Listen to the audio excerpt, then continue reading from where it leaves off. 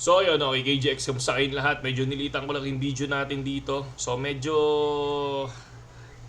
kinakabahan lang ako dito kay BTC, no? So titingnan natin dun sa 4 hours time frame natin. Kung mapapansin nyo, laging rejected, oh. Tapos dito lang talaga naglalaro dyan sa area na yan, ay ang ginawa natin na yan.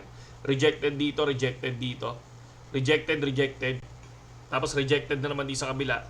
And then dito, nag-reject kanina. And then ngayon, kung mapapansin nyo, pumasok. Oops, yun, lamok. Nag-end yung candle sa ilalim mismo netong 9352. No, kung mapapansin natin, kapag nagkaroon na ng candle dito, possible, bumaba yan. And then kung mapapansin natin yung, grabe naman yung lamok na yun.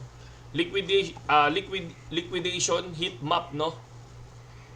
Ayan, yung liquidation heat map, kung titignan natin, ito.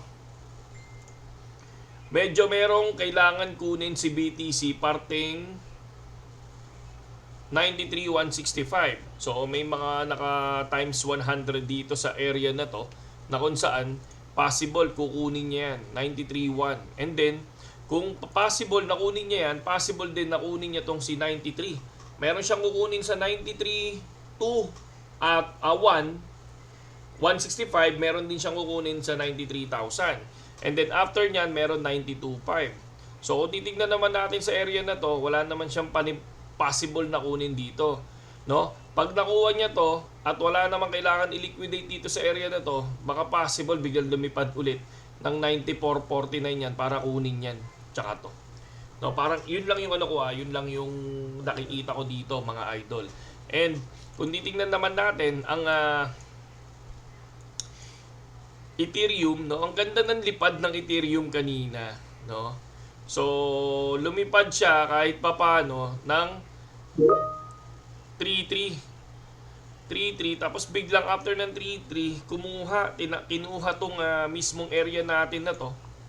Etong guhit natin na to, si 3.362. And then pagbagsak, eto na, nag-end din yung mismong candle niya dito sa area na to. Possible, bumaba din to, no? Hanggang 3,000. For me, possible, bumaba ng hanggang 3,000 yan, mga lods. Yan. Possible na gumawa yan hanggang 3,000.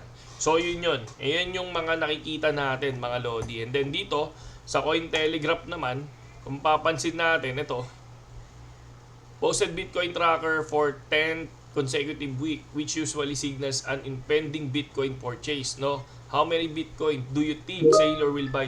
So, naka-ready ang mga yan. Naka-ready yan sa inauguration, mga lods. Kasi kung titingnan nyo, talagang ano yan, talagang nandiyan dyan yung galaw ng market. Tapos, kung mapapansin nyo tong mismong ano natin, calendar, no? Ito ang pinaka-crucial dyan, 14, 15, 16, 17, 18, 19, 20. Yan, hanggang Monday, no? Kasi itong 21 natin, 20 ng US, yan yung inauguration, mga lodi, no? Possible, no? Ano na yan? Sugalan na yan, di ba? Ako, totally, magsusugal na ako dyan. Ito yung tinatawag ko na sugal, no? Na makikita natin. I think, magbibigay ako ng TA sa Telegram ng Bitcoin. I think Bitcoin ang ibibigay ko. Do or die. No? Magti-TA tayo ng Bitcoin. Do or die, mga lodi. No? Kasi dito, sa Telegram natin, pakita ko lang din sa inyo, na bago ko pakita sa inyo yung mga ano natin, updates. Ito, natuwa lang ako dahil dun sa mga nag-send sa atin kanina ng profit nila kaninang umaga, no? Talagang good morning talaga ako kaninang umaga dito sa mga profit nila, mga lods. Eto. Yan, sobrang daming profit kaninang umaga, mga lodi. Yan. Yan yung mga profit nila, tapos sobrang dami. Sobrang dami, lalo-lalo na dito sa ilalim. Pakita ko lang.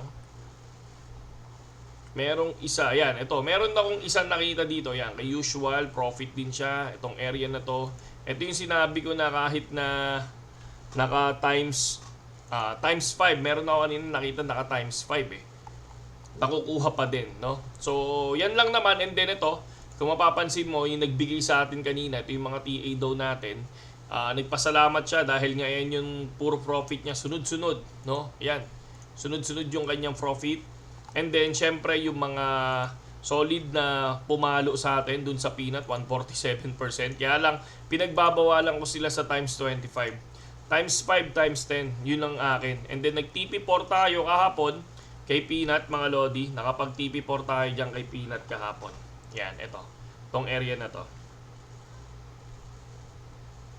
Yan. And then ngayon, nagbaba tayo ng TA kanina. Okay? Nagbaba tayo ng TA. Ito kanina yung profit natin. Naka 5,000 tayo na profit kaninang umaga. So, ito nag 22% yan. So, 2K ang nakuha natin dyan. So, yung 5K natin, naglabas ako ng TA. So, ito yung lahat nag-profit kanina. So, good morning tayo dyan. Napakadami. Solid. Solid yung congratulations sa inyo. And then, ito yung nilabas natin na TA kaninang umaga. So far, itong nilabas nating TA kaninang umaga, ang ganda kasi nito kaninang umaga. Kaya lang, negative tayo dun sa tatlong inopen natin. Si SKP, negative 63, and si NFP, negative 65 tayo. And then, positive naman tayo kay ALC ng positive 1. Pero, ilang positive na ba tayo ngayon? Iniba ko kasi, no? So, iniba ko yung trading, yung spot ko nandiyan kay dito sa pinapakita ko, pero yung future trade natin, nilagay ko na sa cellphone. Okay. So far, negative 2. Negative 2 pa to. Ito, negative 2 na to. Ito, yung profit, itong inano ko dito, profit ko ng isang araw yan. Ito naman, yung binigay ko ngayon, yung profit ko kaninang umaga. So, ganun lang naman tayo mag-TP. Ang ginagawa ko kasi, once na nag-trade ako, di ba may puhunan ka. Ngayon, nag-profit ka. So, 11-0 tayo. 13-0 tayo ngayon, ha? 13-0. So, ilang profit yon. So, ngayon, ang gagawin ko, tatanggalin ko lahat yun, ibabalik ko lang ulit kung magkano yung pinuhunan ko sa susunod na trade. Ganun lang. And then, pag natalo, may huhugutin ka. Hindi ako yung si Boy all-in. Kaya kung titingnan nyo dito, tingnan nyo, 38. Diba?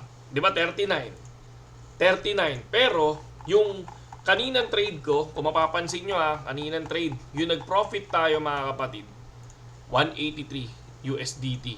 Diba? Yan yung ginagawa ko. And then ngayon, 136. Diba? Ganyan tayo. And then ngayon, nung nanalo tayo ngayon na 5K, pinag-combine natin yun yung nilagay natin dito. Yun yung nilagay natin sa pinaka-ilalim.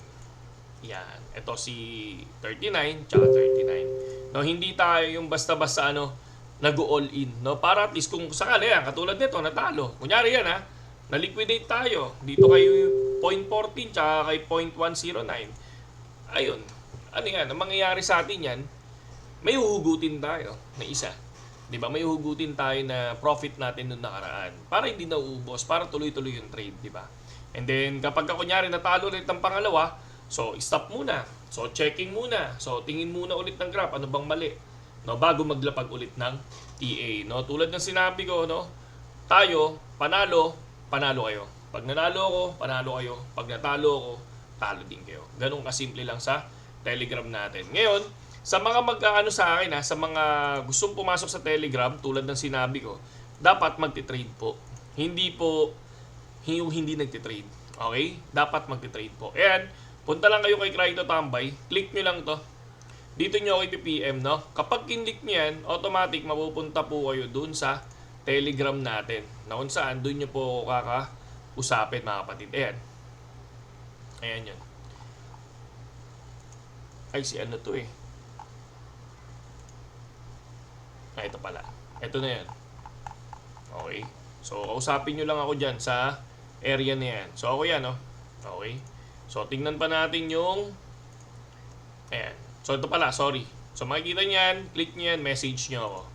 Ganun lang kasimple. Kapag gusto nyo pumasok, gusto nyo mag-trade, tulad ng sinabi ko, gusto nyo mag-trade. Okay?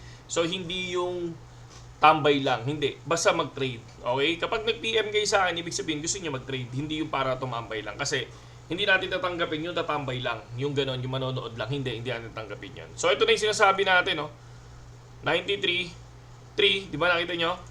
Possible kunin, Si 93.1. Possible kunin, mga kapatid.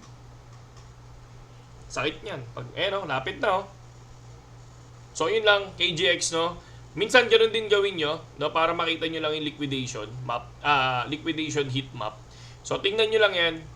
Ako minsan kapag nagtitrade ako kay BTC, meron ako nito lagi, no? Tinitingnan ko yung mga dilaw na yan, yung mga maratasang leverage, no? Tapos kapag nakita ko na yan, okay, possible, oh. Ngayon, syempre mag-iisip ka, sino ba yung una niyang kukunin? Ito ba si 9442 o ito si ano? Ganun yun. Yun yung mag-yes or no ka na lang. Tingnan mo na lang kung sino talaga. Ayan, oh, 93,250, no? Possible, kunin niya yan, di ba? So, di ba, yan yung sinasabi natin. Ayan, pakita ko sa inyo. O, ito na siya. Tama? 'Di ba? Tapos ito na yung liquidation heat map. So, kanina nandito yan, di ba? So, andito na siya ngayon. Possible, kunin niya yun. Di ba? Ito mga green na yan, mga may, ano yan, mababa lang yung ano yan, leverage. Pero ito, so possible. So, tingnan natin kung anong mangyayari dito. Pag nakuha niya yan, possible sa 93 naman. After niyan, syempre, ano ba mas mataas, ano ba mas malapit? Si 92.6 o si 94.42? Si 92.6, baka pwede niyang kunin ulit si 92.6. Ngayon, walang maliliquidate dito sa area na to. Possible, kunin niyo muna si 94. Parang ganun yung mangyayari doon, no? So, ayan, no? 93.2. So, yun lang. Ganun lang tayo mag-TA, di ba? Nagkukwentuhan lang tayo. Kakasabi ko lang na possible kunin si 93.1. So, mukhang kukunin nga, mga idol. Okay? Saludo sa inyong lahat, KGX, at mabuhay kayong lahat. Pag talo tayo sa trade, talo ka din. Pag nanalo tayo sa trade, panalo ka din. Okay? Saludo.